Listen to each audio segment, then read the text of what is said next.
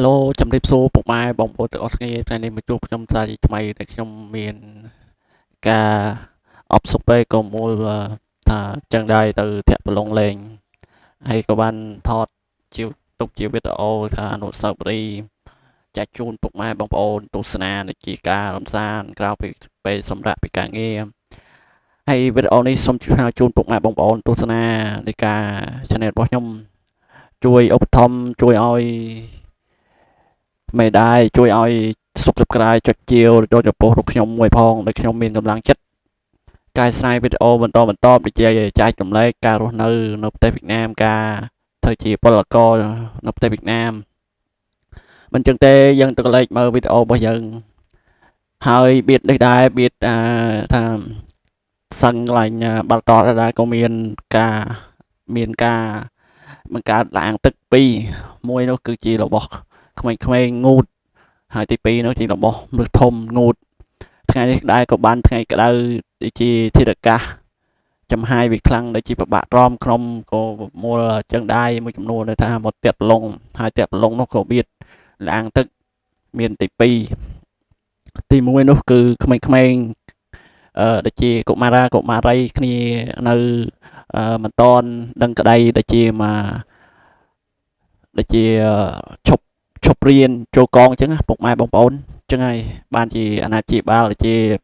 ម្ដាយហើយនឹងពុករបស់គេគឺជានាមមកឲ្យកូនបង្ហាត់បង្រៀនហាលទឹកដូចជាឲ្យវាស្គាល់របៀបទឹកកុំឲ្យថ្ងៃមុខថ្ងៃក្រោយទៅជួបទឹកចំនួនយើងចេះហាលចេះធាក់ចេះដកដង្ហើមទៅវីដេអូដែរពុកម៉ែបងប្អូននេះជាការមួយយ៉ាងដូចជាអាណាព្យាបាលយើងទៅបំពេញឲ្យកូនយើងចេះដឹងថារបៀបហាលទឹករបៀបមុជទឹករបៀប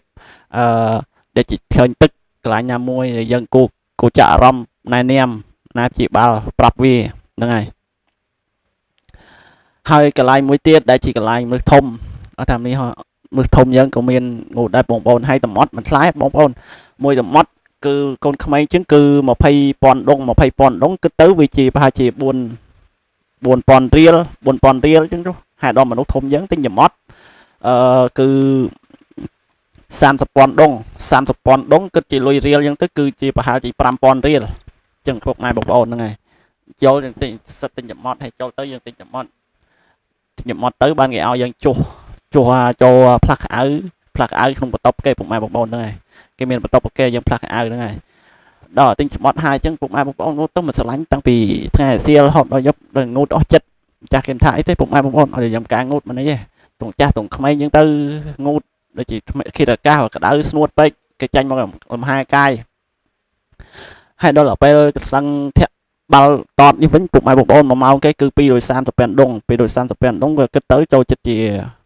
50,000ណាពុកម៉ែបងប្អូន50,000ក្នុង1ម៉ោងហើយខ្ញុំក៏បានជួល1ម៉ោងធាក់ជាមួយពុកម៉ាក់ក្រុមរបស់ខ្ញុំធ្វើការនៅក្នុងរោងចក្រមិនចឹងទេវីដេអូរបស់ខ្ញុំមានតែប៉ុណ្្នឹងទេសូមជម្រាបលាពុកម៉ែបងប្អូនទស្សនាការលើសលុះខ្វះខុសឆ្គងត្រង់ឡាញណាមួយសូមខន្តីអភ័យទោសជម្រាបលាបាយបាយជួបគ្នានៅឱកាសក្រោយបាទអរគុណច្រើន